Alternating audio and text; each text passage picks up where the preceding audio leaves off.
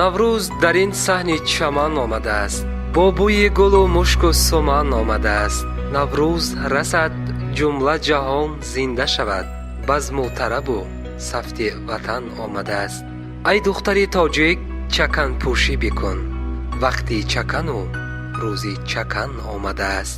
ваз атласи зебо ки ба бар кардаи ту, осоишу роҳати бадан омаде аст.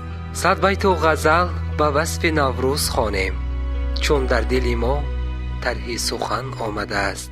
булбул зи фироқи ёр чӣ нола кунӣ, бархезу нигар ёри кӯҳан омаде аст. имрӯз ҷаҳон иди наврӯз дорад, мардум ба наврӯзи ватан омаде аст. наврӯз шуду лолаи хушранг баромад, мурғи дили ман аз қафаси санг баромад. бинандагони азизу арҷуманд салом. сад шукр ки боз ба баҳори нав ва ба наврӯзи нав расидем. мо имрӯз шукргузор аз он ҳастем ки дар чунин давлати зебову соҳибистиқлоламон тоҷикистон ҷашни бузурги наврӯзро ҷашн гирифта истодем. аз фурсати муносиб истифода бурда ба кулли дӯстдорон ва ҳаводорони барномаҳои мухлисони телевизиони Танин тамоми хубию хушии рӯзгорро дар ин фасли дайн таманно дорем. бошад ки ҳамеша тоҷикистони азизу арҷуманди мо ба монанди гулҳои баҳорон, ба монанди гулҳои боз ҳам баҳорони зебо гулгулшукуфон бошад ва ҳамеша дар хонадони ҳар яки мову шумо тамоми хубию хушии дӯстрӯякони мо ҳувайдо бошад. барномаи пайки наврӯз аст. дар ин шом меҳмони хонадони ҳар яки шумо, мо ба шумо тамоми хубии рӯзгорро дар фасли навбаҳор таманно мекунем. наврӯз чӯ парчами садоқат бошад, наврӯз ба маънои садоқат бошад. бархезу саломи покии ӯро бипазир, то тифли муроди дил саломат бошад. наврӯз на танҳо рӯзи нав, рӯзи оғози ҳаёти нав, балки сарнавишти суҳбат ва ҷавонист. наврӯз омолу орзуи неки инсонҳост. дар дашту наван наврӯз, ҳамзеби чаман наврӯз, наврӯз муборак бод, наврӯз, наврӯз, наврӯз муборак бод. нони неҳмати моён, ҳамми ҷаҳони моён, наврӯзи деҳқонон, наврӯз муборак бод. хуб, қаблан модарҷони азиз, шуморо бо фаро расидани ин ҷасни хуҷастапай, ҷашни наврӯзи аҷам муборакбод мегӯем. бошад ки ҳамеша дар хонадони шумо суманакҳои наврӯзӣ хело ҳам қатор бошанд. хуб, таманниёти шумо барои наврӯзӣ ба мардуми шаҳри Хуҷанд.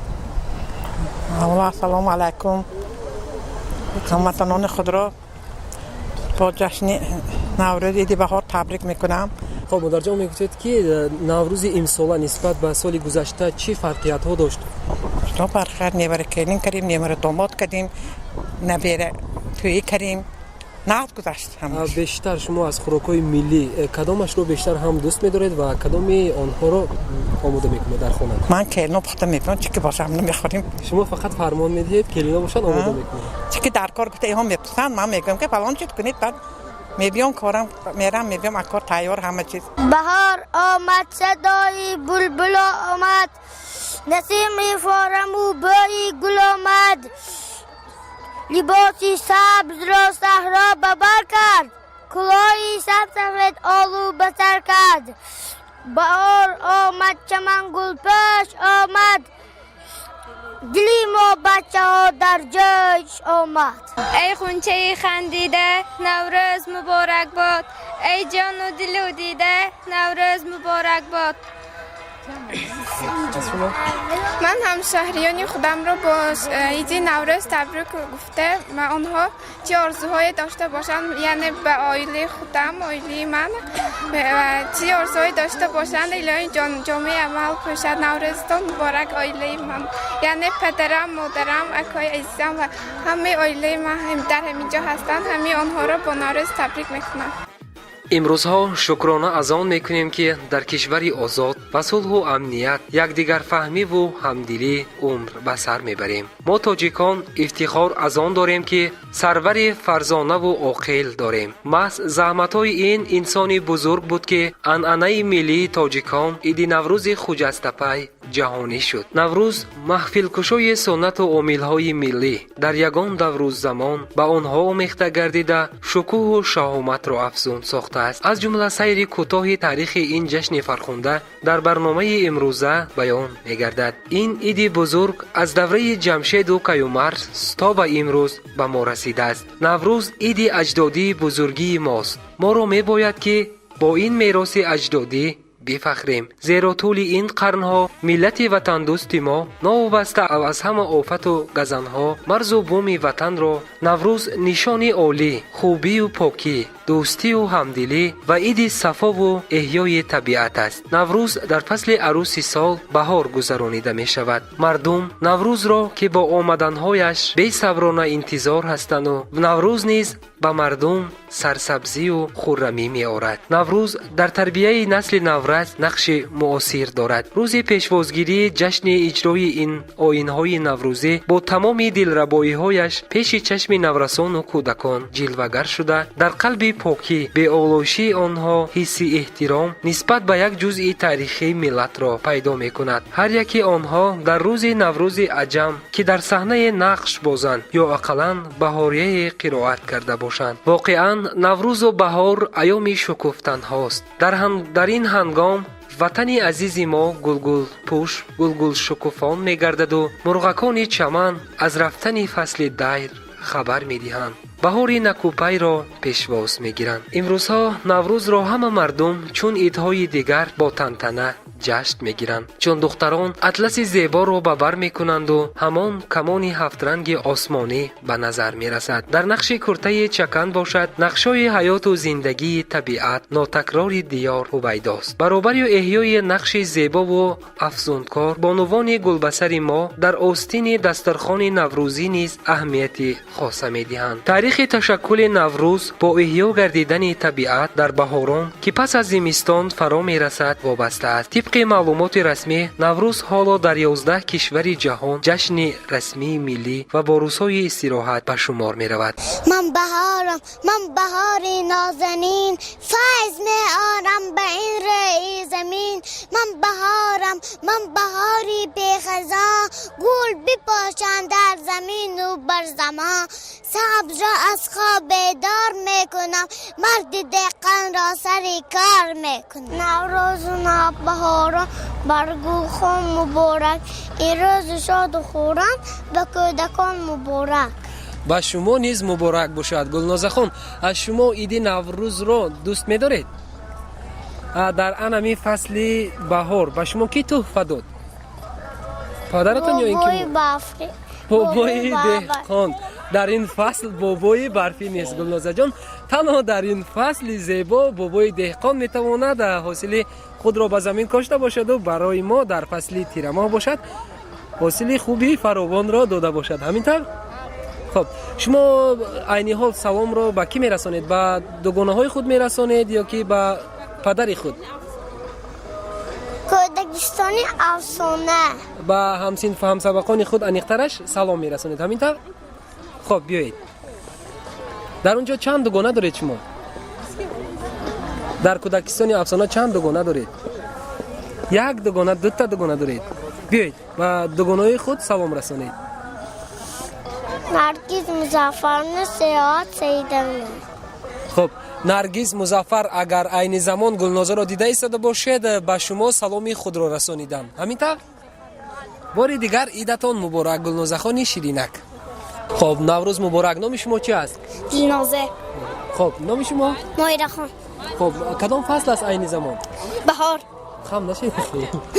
مام ایستاده که خام نشید. کدام فصل است عین زمان؟ بهار. فصل بهار. در وصف بهار شعر میدونید؟ بله. بیایید. نوروز بله. نوروز دیار آمد، پیغام بهار آمد، در موسمی کار آمد. نوروز مبارک باد، نوروز نوروز نوروز مبارک باد. هم زیب چمن نوروز، هم زیب وطن نوروز، در دشت و دمن نوروز. نوروز مبارک باد، نوروز نوروز نوروز مبارک باد. نام شما چی؟ ماهیره. ماهیره خان. شما هم در وصف نوروز شعر میدونید؟ بیایید قرائت کنید. دی رفت و بهار آمد و نوروزی بهار شد، نوروز مبارک.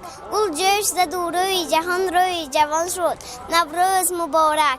در کشوری نوروز به نوروز رسیدیم، نوروز مبارک.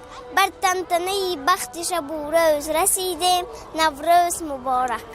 خب شما از خوراک‌های ملی کدامش رو بیشتر دوست می‌دارید؟ آش پلو، کدامش رو آماده کرده میتونید؟ کارتوشکا. کارتوشکا بیریان. شما چی؟ من آش پلو. آش پلو رو کردنش رو میتونید یا که خوردنش رو دوست می‌دارید؟ خوردنش. خب تشکر برای یک صحبت صمیمی. نوروز شد و لاله خوش رنگ برآمد، بلبل به تماشای دف و چنگ برآمد. مرغان هوا جمله بکردند پرواز، مرغ دلی من از قفسی تنگ برآمد. شما کدام نمودی خوراک ملی را دوست می‌دارید؟ من اساساً سمنک را دوست ندارم. سلام نوروزی خود را به کی رساندنی هستید؟ عین زمان به همسنفانتان، شاید به معلماتان که شما رو عین زمان از تلویزیون تنین دیده ایستادند. من به همسیفانم و هم به معلمه عزیزم راپر سیرفاما تشخجایور و سلامی خود را برسانم. تشکر برای صحبت. نوروز دیار آمد، پیغام بهار آمد، در موسم کار آمد. نوروز مبارک باد، نوروز نوروز نوروز مبارک باد. هم دست و دمن نوروز، هم زیبی چمن نوروز، هم زیبی وطن نوروز، نوروز نوروز نوروز مبارک باد. خب تشکر زیاد. ما نیز کل کارمندان تلویزیون تنین برای شما و در سیمای شما، با پدر و مادر شما و عموما با همه دوستان و هواداران برنامه سحری نوروز تمام خوبی خوشی روزگار را تمنا میکنیم. تشکر برای یک صحبت صمیمی. همه شهروندان جمهوری تاجیکستان از آن جمله شهر باستانی خوجند را با آمد نوروز عجم تبریک می نمایم.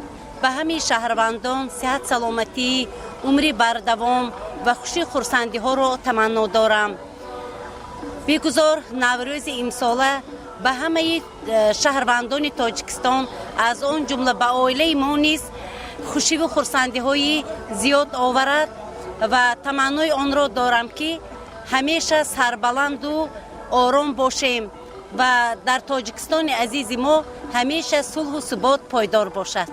خب مادر جان میگویید که بیشتر از عنعنه‌های ملی نوروزی، از خوراک‌ها بیشتر شما آماده کردن کدامش را دوست می‌دارید یا که خودی امروز باشد بهر اهل عائله آماده کردید؟ من همین خوراک‌های ملی را خیلی هم دوست می‌دارم و امروز به اهل عائله‌مون خوراک ملی منتو را آماده نمودیم و با اشتها آن را همراه عائله‌مون خوردیم. خب نام شما چی است؟ علیه خان. شما در صنف چند می‌خوانید؟ در باغچه. دیلارا. در باغچه دیلارا. خب بیایید در وصف نوروز یگان شعر می‌دانید؟ ها. بیایید قرائت می‌کنید. مبارک عید نوروز مبارک، شکر و خنده شادی مبارک. تمام اون شادی یارتان باد، بهار آبادی مبارک. خب شما در بهار بیشتر کدام نمود خوراک رو در فصل نوروز دوست می‌دارید؟ کدام نمود خوراک رو بیشتر در فصل بهار سمنک رو دوست می‌دارید؟ هم آماده تیار کردنش رو یا که فقط خوردنش رو؟ هر دوش رو هم به فکرم. خب تشکر برای یک صحبت صمیمی بار دیگر از نام کلی کارمندان تلویزیون تنین برای شما و در سیمای شما با کلی بینندگان عزیز تلویزیون تنین تمامی خوبی خوشی روزگار را تمنا میکنیم. خب بینندگان عزیز و ارجمند، برنامه سحری نوروز است در این شام در باغ کمال خوجنده خیلی با جریان رفته ایستاده است. از موج ما دور نروید زیرا که برنامه ما خیلی جالب دقت است.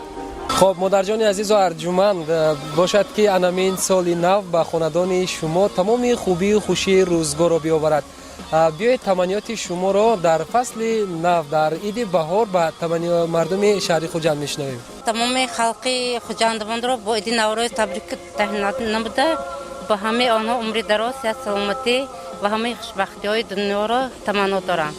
تمام مردم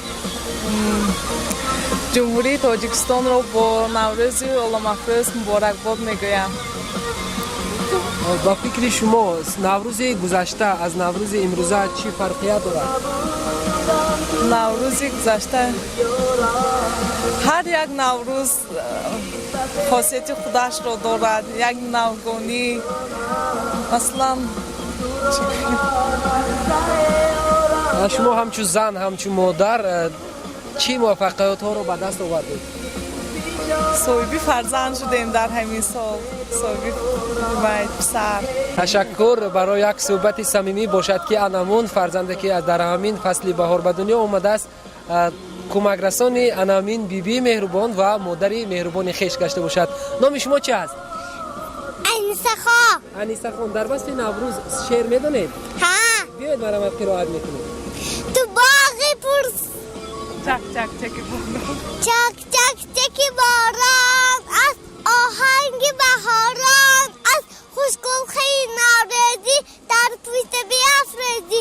نوروز مبارک باد، نوروز مبارک باد، خورم دل و خورم جان گی به همه یاران. نوروز مبارک باد، نوروز مبارک باد. خب تشکر برای یک صحبت صمیمی. بار دیگر نوروز به خاندان شما تمام خوبی خوشی روزگار رو بیاورد. صد شکر که زمین و آسمان دارم من، شکرانه انبیای جهان دارم من. هر برگ و گلی که زعفران گشت اگر، صد شکر بهاری گل فشان دارم من. شکرانه به داد و نادادی قسمت، صد شکر به آب و نان دارم من. از خاک برستیم و بر خاک رویم، شکرانه انبیای جهان دارم من. صد شکر که تاجیکستان دارم من. بینندگان عزیز و ارجمند، باری دیگر این نوروز با صفا به خاندان هر یک شما تمام خوبی و خوشی روزگار را بیاورد و باشد که همیشه تاجیکستان صاحب استقلال ما باز هم رنگ و نمو و جلوه گردد. با همین برنامه سیر نوروز به انتهای خویش رسید. تنین همیشه همراه مردم باشد که خورشید در قلب مردم. تنین همیشه در یاد دلها ما با شما، شما با ما. تنین همیشه همراه مردم باشد که خورشید در قلب مردم. تنین همیشه در یاد دلها ما با شما.